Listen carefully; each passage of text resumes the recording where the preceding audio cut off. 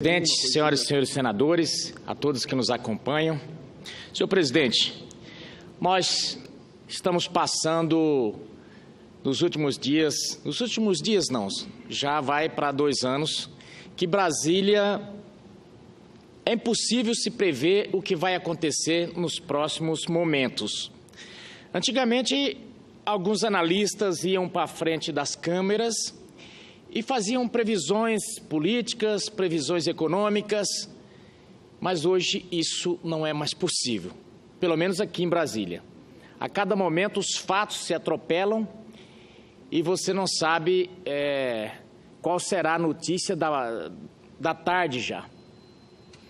O certo é que nós fomos bombardeados constantemente nos últimos anos pelas notícias da Lava Jato, pelas listas, pelas questões da economia, da política. E, recentemente, fomos também tomados de surpresa por essa hecatombe que aconteceu no mercado produtivo brasileiro. Eu digo isso porque sou de um estado que detém o maior rebanho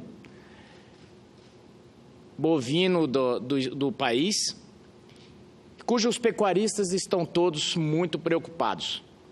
E aqui já falamos muito desse tema, já não cabe buscar culpados, não cabe buscar se a Polícia Federal poderia ter tido outra atitude na divulgação dos dados, mas o certo é que agora temos que lamber nossas feridas e tentar juntar o leite derramado. E nós precisamos, acima de tudo, dar apoio que esse país possa ser passado a limpo e corrigir os erros dessa caminhada.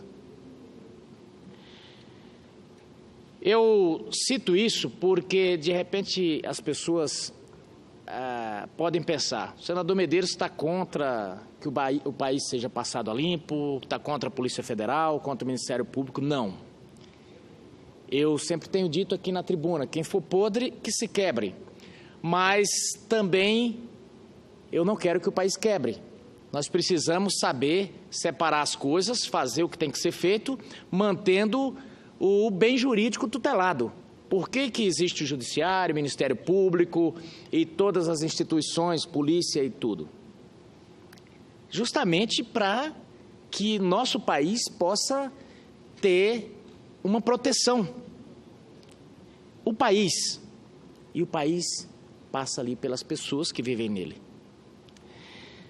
Senador Paulo Paim, e por que eu fiz todo esse nariz de cera? É porque, a partir do momento que começou essas operações, praticamente as obras estruturantes do país foram paradas. O meu estado, o estado de Mato Grosso, que depende muito da infraestrutura, estava havendo a duplicação da BR-364/163, que em determinado momento ela se sobrepõe, e devido à empresa detentora da concessão ter seu nome envolvido na Lava Jato, aliás, como protagonista até, os empréstimos, inclusive do BNDES, foram cortados. E a rodovia está lá. As pessoas pagando pedágio e não tem a rodovia. Eu creio que nós temos inteligência e recursos suficientes, e aqui falo diretamente ao Banco Nacional de Desenvolvimento, que nós precisamos encontrar uma solução. Não é possível que um estado como Mato Grosso, tão carente de infraestrutura, fique com suas obras estruturantes paradas porque a empresa que está fazendo não consegue mais ter acesso ao dinheiro que era para fazer aquelas obras devido à operação. Eu penso que a Operação Lava Jato é uma, quem cuida dela é Delanhol, quem cuida dela só é a equipe da Força Tarefa, a Polícia Federal, juiz Sérgio Moro, e cada um tem que fazer a sua parte. Se os executivos dessas empresas têm que pagar, que sejam presos, como estão sendo, mas a população precisa das obras, senão não faz sentido, senão daqui a pouco as pessoas vão começar a entrar naquele dilema que falava antigamente: prefiro que roubem, mas que me entreguem a estrada. Não é possível, nós precisamos combater os desvios, mas precisamos também das obras. E Mato Grosso não pode mais esperar.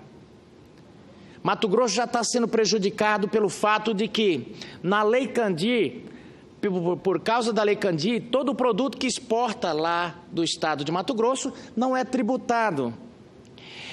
Foi criado um instrumento de compensação, que é o FEX, mas esse FEX é uma complicação. Além dele não compensar as perdas todas, ele ainda tem ano que o governo paga, tem ano que atrasa muito, e essa dificuldade sempre. Então o estado é muito prejudicado. É um pobre estado rico. É um rico estado pobre, aliás. Então nós ficamos lá sem estradas, sem pontes. É um estado da fartura, onde farta tudo. Aliás, tem algumas cidades que as pessoas fazem até piada.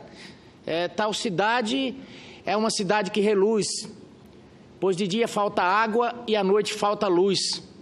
Isso ainda é uma realidade em Mato Grosso. Internet, todos vocês que estão nos assistindo, que está aí com seu 4G, está com uma boa...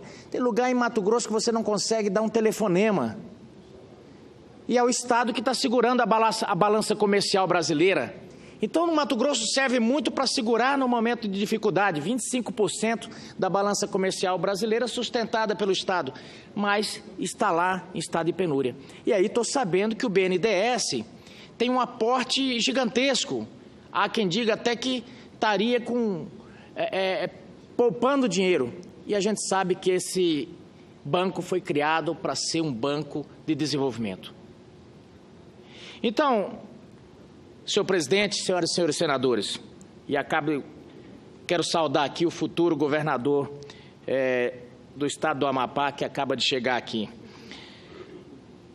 Nós estamos nesse momento lá em Mato Grosso com o Safra Show em Lucas do Rio Verde. Lucas do Rio Verde é uma cidade do estado com um dos maiores IDHs do Brasil. Uma cidade modelo, uma cidade onde reluz o desenvolvimento. Mas toda a produção dali de Lucas de Rio Verde fica impactada pela falta de estrutura. A produção lá é imensa, senador Davi, mas essa produção fica pela estrada, no frete caro, nos atoleiros e, de modo que quando o produto chega lá na China já está o dobro dos nossos concorrentes, e cito aqui, por exemplo, o caso dos Estados Unidos.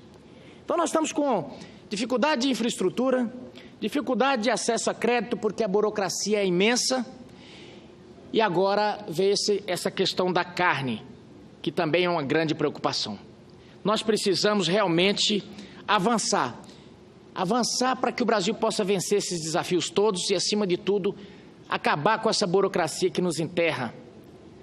Lá em Mato Grosso, hoje eu vi na Rádio Senado um cidadão dizendo o seguinte: o INCRA fica em frente ao Intermate, senador Davi, e para protocolar um documento do INCRA para o Intermate, vai pelo correio e vice-versa. Isso a menos de 10 metros. Não é possível que o país sobreviva muito tempo com essa estrutura danosa que nos afoga, com essa burocracia, como se todo o sistema fosse um sistema burro.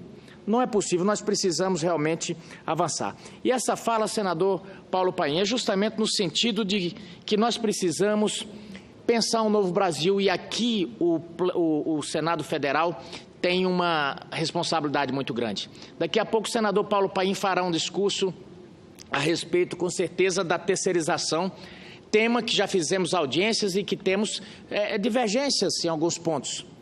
E Mato Grosso, senador Paulo Paim, ele depende muito desse projeto, e aqui não se fala em precarização do trabalho, senador Davi, no caso de Mato Grosso, mas nós temos, por exemplo, fazendas que eu conversava com o produtor, ele disse: olha, eu tenho aqui em cerca de 10 aeronaves na minha fazenda. Ele falou: meu foco não é empresa aérea, eu preciso do serviço, eu preciso passar o fertilizante. E aí eu preciso contratar empresas que possam gerir essa parte da minha atividade, porque minha atividade fim é plantar. Ele falou, mas eu fico emperrado, eu contrato ou não contrato? Então, por isso que eu falo que nós temos toda a oportunidade de regularizar, de fazer uma regulação nesse tema, para que, aqui, por exemplo, no Senado, há quanto tempo já não tem um serviço terceirizado? O Palácio do Planalto e tantos outros serviços públicos, mas nós precisamos da segurança jurídica, para que quem contrata possa ter segurança e quem for contratado também não leve o calote como uma empresa aqui estava dando calote nos funcionários terceirizados. 8 empresas. 8 empresas, não é isso? Então nós precisamos enfrentar o assunto. Esses dias fui até xingado na Assembleia de Mato Grosso, nos corredores, que você é a favor da terceirização, da precarização. Eu falei, não, eu sou a favor sim da terceirização, bem feita, que não precarize, que não deixe bandidos entrando no mercado, porque no momento que nós regularmos esse tema, nós vamos conseguir extirpar os gatos, entre aspas aqui, que fazem todo esse prejuízo.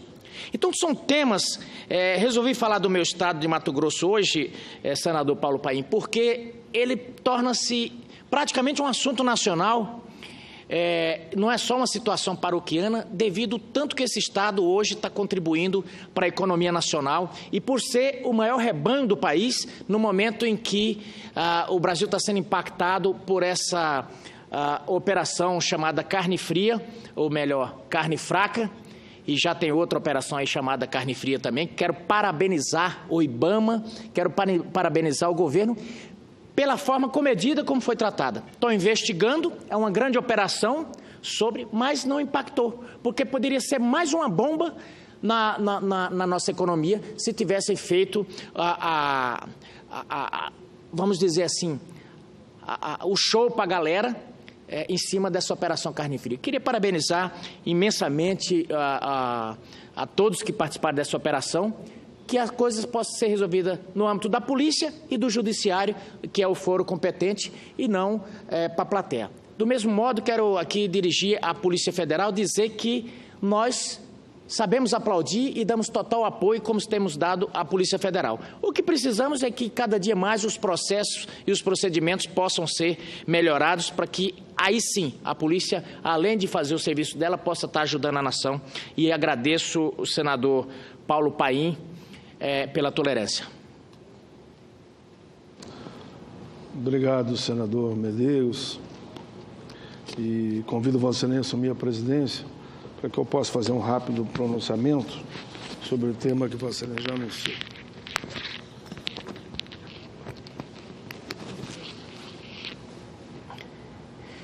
Com a palavra, o senador Paulo Paim, do Rio Grande do Sul.